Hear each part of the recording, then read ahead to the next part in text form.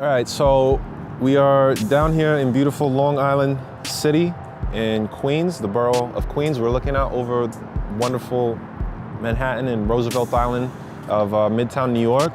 And we got really lucky with the weather right now. It's nice, overcast. It's not too clear. It's not really too cloudy. It's a nice light fog that we have that's kind of trapping all of the light. If it was clear, a lot of the light, like you're gonna see from the bridge, or even the light that's reflecting off the water is gonna be shooting straight up and you're not gonna really capture that in the camera. What we're gonna do here to capture long shutter speed is to put a tripod on the bottom of our camera.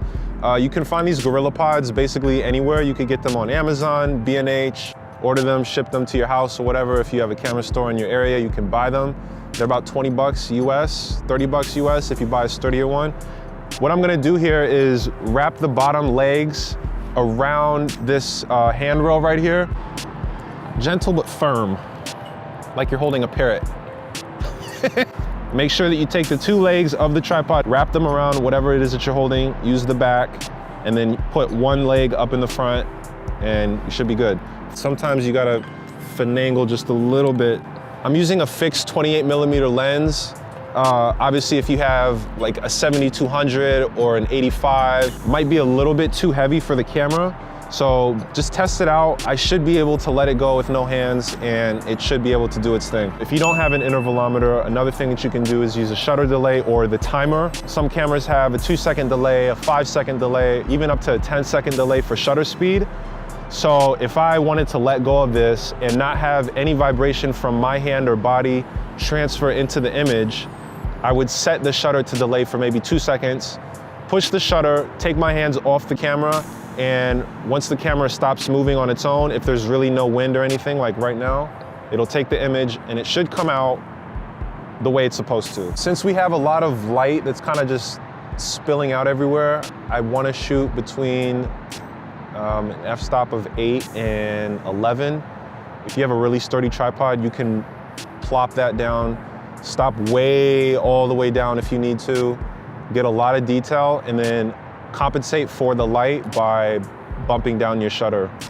You always want to change the ISO last. ISO is always going to be the last thing that you want to change. You don't want to have a really high ISO because when you shoot long shutter speeds, you're going to get a lot of extra grain and just a whole bunch of extra noise and artifacts that you don't necessarily want in your image. Usually when I'm shooting longer exposures, I like to have one that's a little bit underexposed and one that's a little bit overexposed. So you can usually split the difference between the two. So what would happen is when I'm editing, I would go through 3 selects, one that's perfect or what I consider the perfect amount of light in the image.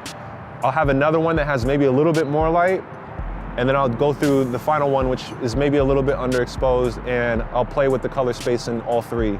And just so I know that I have it, I'm gonna stop down to an aperture of 10, and I'm gonna bring my shutter speed to 4 seconds. So that's gonna make the water look a little bit more buttery when it moves through here. And try again.